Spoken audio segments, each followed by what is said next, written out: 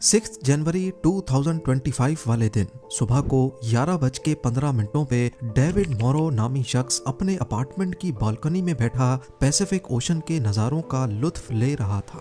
हमेशा की तरह ये एक नॉर्मल दिन था।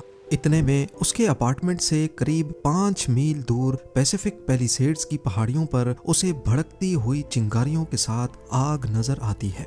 देखते ही देखते सिर्फ 1 घंटे के दौरान ये आग इतनी फैल गई कि धुएं ने पहाड़ को पूरी तरह से छुपा दिया। सैटेलाइट व्यू में देखा जाए तो सबसे पहले ये आग पैलिसेड्स के पहाड़ों पर रिपोर्ट हुई थी, लेकिन उसके चंद घंटों के बाद ये ईटॉन, हर्स्ट, केनेथ, गेटी, स्किरबॉल और सैन फर्नांडो के एरिया तक फैल गई। जिस वक्त ये आग लगी उस वक्त यहाँ 100 किलोमीटर्स पर आवर की हवाएं चल रही थी, जिनकी डायरेक्शन इनलैंड से ओशन की तरफ थी। अब यहाँ सवाल ये पैदा होता है कि अगर सबसे पहले आग पैलिसेड्स में लगी थी जो ओशन के बिल्कुल करीब है, तो फिर वहां से आग हवा के ऑपोजिट डायरेक्शन में 30 से 40 किलोमीटर दूर तक कैसे फैल गई। जेम टीवी की वीडियोस में एक बार फिर से खुशामदीद। नाजरीन, इस आग ने टोटल 38,000 एकड़ या फिर 150 स्क्वायर किलोमीटर के एरिया को उजाड़ कर रख दिया है। 12,000 से ज्यादा बिल्डिंग्स और घर तबाह हो चुके हैं और 1,80,000 लोग अपने घर छोड़ चुके हैं। ये लॉस एंजलिस की हिस्ट्री में सबसे तबाहकुन आग है, जो अभी तक इस वीडियो की प्रोडक्शन के दौरान भी पूरी तरह बुझाई नहीं जा सकी। आग को बुझाने की हर मुमकिन कोशिश नाकाम होती दिख रही है। वाटर बॉम्बर्स एक वक्त में 45,000 लीटर पानी फेंक रहे हैं, जो इस आग के सामने चंद बूंदों के बराबर लगते हैं। वाटर बॉम्बर्स की मदद से स्पेशल केमिकल भी फेंका जा रहा है, लेकिन कुदरत के सामने सारी मेहनत बेकार होती दिखाई दे रही है। कैलिफोर्निया, जहां पहले से पानी की कमी है, जिसकी वजह से अक्सर फायर हाइड्रेंट्स खाली पड़े थे, 7 अलग अलग एरियाज में फैलने की वजह से फायर फाइटर्स और उनका इक्विपमेंट भी डिवाइड हो गया। और ऊपर से 70 से 100 किलोमीटर पर आवर की हवाएं जब आग पर पड़ी तो ये आग और ज्यादा भड़कने लगी। लॉस एंजलिस वाइल्ड फायर फैलने की असल वजह जानने से पहले देखते हैं कि कैलिफोर्निया में इससे पहले कितनी बार वाइल्ड फायर्स ने हमला किया है। पिछले 25 सालों के डाटा में देखा जाए तो कैलिफोर्निया वाइल्ड फायर का हॉट स्पॉट रहा है। ईयर 2003 में सैन डिएगो काउंटी में सीडर फायर ने 2,73,000 एकड़ पर हमला किया। 25 अक्टूबर से भड़कने वाली आग ने 4 नवंबर 2003 को दम तोड़ा। 2017 में टब्स फायर ने 36,000 एकड़ जला दिए और ये भी अक्टूबर के महीने में लगी। दोबारा 2017 में थॉमस फायर ने 2,80,000 एकड़ राख बना दिए। ये आग दिसंबर में शुरू हुई और जनवरी में खत्म। 8 नवंबर 2018 को कैंप फायर ने 1.5 लाख एकड़ जलाए और 17 दिनों के बाद 25 नवंबर को खत्म हुई। इसी तरह 2020 में ग्लास फायर ने 67,000 एकड़ पर हमला किया और ये भी सितंबर में शुरू होकर पूरे महीने बाद अक्टूबर में खत्म हुई। अगर इन तमाम वाइल्ड फायर्स की डेट्स पर गौर किया जाए तो इनमें एक चीज बहुत कॉमन है, विंटर्स।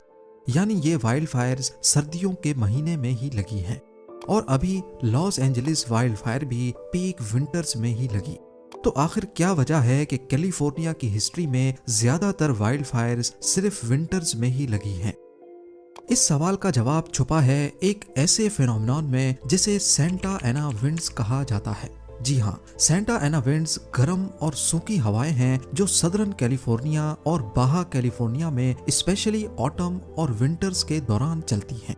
गूगल अर्थ पर देखा जाए तो कैलिफोर्निया के ईस्ट में दूर दूर तक सिर्फ डेजर्ट है, जिसको मोहावी डेजर्ट या फिर ग्रेट बेसन भी कहते हैं।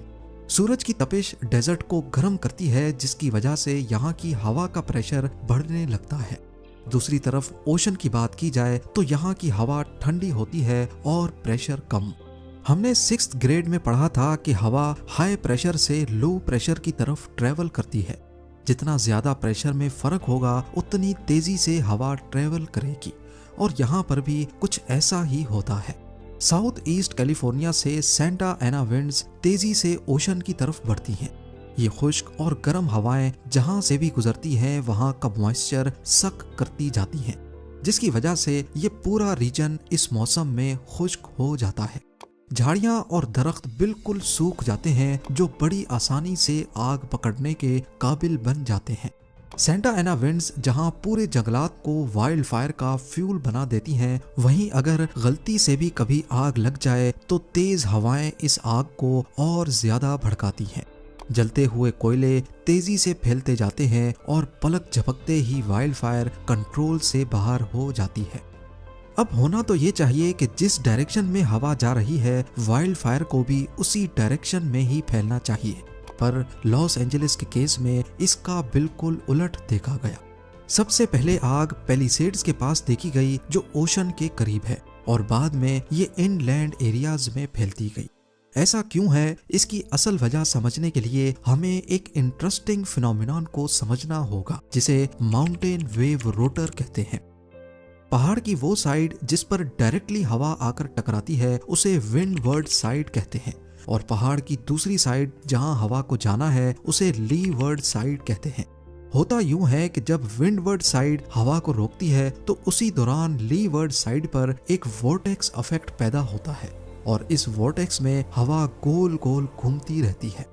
यानी पहाड़ के ऊपर हवा की डायरेक्शन एक तरफ होती है, तो पहाड़ के नीचे हवा की डायरेक्शन दूसरी तरफ चलती है। लॉस एंजलिस के केस में भी इस फिनोमिनन का बहुत बड़ा रोल है। पैलिसेड्स जहां सबसे पहले आग रिपोर्ट हुई, ये लीवर्ड साइड है, और यहाँ माउंटेन वेव रोटर की वजह से पहाड़ की चोटी से नीचे नीचे हवा ऑपोजिट डायरेक्शन में जनरेट हुई, जो आग को इनलैंड एरियाज में फैलाने की सबसे बड़ी वजह बनी। एक बार जब वाइल्ड फायर बहुत ज्यादा बढ़ जाती है, तो फिर ये काफी सारे अजीब फिनोमिनन को जन्म देती है। कुछ ऐसे फिनोमिनन जिनको प्रिडिक्ट करना भी बहुत मुश्किल होता है। इनमें से एक है फायर टॉर्नेडो। ये एक रेयर और डेंजरस फिनोमिनन है जो इंटेंस वाइल्ड फायर्स के दौरान बनता है। ये होता टॉर्नेडो की तरह है, पर इसके अंदर सिर्फ आग और गर्माइश होती है। वाइल्ड फायर से जो नाकाबिले यकीन गर्माइश पैदा होती है, वो आसपास की हवा को फौरन गर्म करके ऊपर की तरफ खींचती है। गर्मी की वजह से गर्म हवा बहुत तेजी से ऊपर की तरफ उठती है, और नीचे से ठंडी हवा उस जगह को भरने के लिए आती है। ये अपड्राफ्ट एक रोटेशनल मोशन क्रिएट करता है, जो आसपास की सूखी झाड़ियों को फायर टॉर्नेडो में खींचकर वोर्टेक्स को और भी ज्यादा दहशतनाक बना देता है। अब ये फायर टॉर्नेडो इलाके में चलने वाली हवा पर हावी होकर अपने अंदर खुद की हवा पैदा करने लगता है, जिसकी डायरेक्शन का अंदाजा लगाना भी बहुत मुश्किल होता है। लेकिन ज्यादातर चांसेस होते हैं कि ये पहाड़ के साथ साथ ऊपर की तरफ वाइल्ड फायर को बढ़ाएगा। वाइल्ड फायर एक हकीकत है, और क्लाइमेट चेंज की वजह से आने वाले सालों में ये ज्यादा फ्रीक्वेंटली पाई जाएंगी। अमेरिका के पास वाइल्ड फायर्स को कंट्रोल करने के लिए लेटेस्ट टेक्नोलॉजी भी मौजूद है। सबसे पहले इंफ्रारेड कैमरास से वाइल्ड फायर के टेम्परेचर और उसके फैलने का रियल टाइम डाटा लिया जाता है। सैटेलाइट्स की मदद से आग की साइज और लोकेशन को मॉनिटर किया जाता है। आजकल तो आर्टिफिशियल इंटेलिजेंस की मदद से आग के फैलने की डायरेक्शन को प्रिडिक्ट भी किया जाता है, और फिर ये सारी इंफॉर्मेशन फायर फाइटर्स तक पहुंचाई जाती है।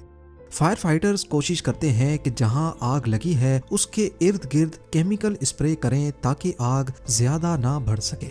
पर लॉस एंजलिस में फायर फाइटर्स पहले एक एरिया की आग को कंट्रोल करते, तो हवा के जरिए आग दूसरी जगह तक फैल जाती थी। अमेरिका की हिस्ट्री में पहली रिकॉर्डेड वाइल्ड फायर साल 1871 में मिशिगन के पास लगी थी।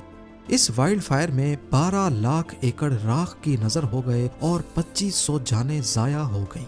1871 की पेस्टिगो फायर से लेकर आज की लॉस एंजलिस वाइल्ड फायर तक नेचर हमें इशारा दे रही है कि आग पर काबू पाना आज भी करीब नामुमकिन है।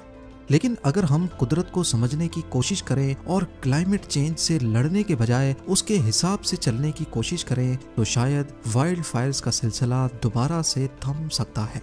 उम्मीद है ज़ेम टीवी की ये वीडियो भी आप लोग भरपूर लाइक और शेयर करेंगे। आप लोगों के प्यार भरे कमेंट्स का बेहद शुक्रिया। मिलते हैं अगली शानदार वीडियो में।